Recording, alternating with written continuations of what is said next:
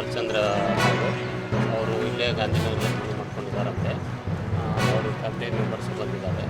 ಅವರಿಗೆ ಅಂಥ ಮೇಜರ್ ಏನು ಇದೇ ಡಿಪೋದಲ್ಲಿ ಒಂದು 20 ವರ್ಷದಿಂದ ಕೆಲಸ ಮಾಡ್ತಾಯಿದ್ದಾರೆ. 48 ವರ್ಷ ಇದೆ ಅವ್ರಿಗೆ. ಡಿಪೋದಲ್ಲಿ ಕೆಲಸದಲ್ಲಿ ಅದು ಇದು ಅಂತ ಏನು ಎಲ್ಲೂ ಹಿಂದೆ ಘಟನೆಗಳಾಗಲಿ ಕಿರಿಕಿರಿ ಆಗಲಿ ಆಗಿರೋದ್ರಿಗೆ ಎಲ್ಲೂ ಯಾರದ್ದು ಏನು ತಿಳ್ಕೊಂಡಿಲ್ಲ. ಆಮೇಲೆ ಬೆನ್ನು ಅಂತಂದರೆ ಈಗ ನಾನು ಬೆಳಗ್ಗೆ ಬಂದು ಮಾತಾಡಿದಾಗ ಏನಾಗಿದೆ, ಅವರು ಇದೊಂದು 10-12 ದಿವಸದಿಂದ ಒಂದು ನಮಗೆ ಆನ್ಲೈನಲ್ಲಿ ರಜೆ ತೊಗೊಳಕ್ಕೆ ಒಂದು LMS ಅಂತ ಹೇಳ್ಬಿಟ್ಟು ಒಂದು ವ್ಯವಸ್ಥೆ ಇದೆ.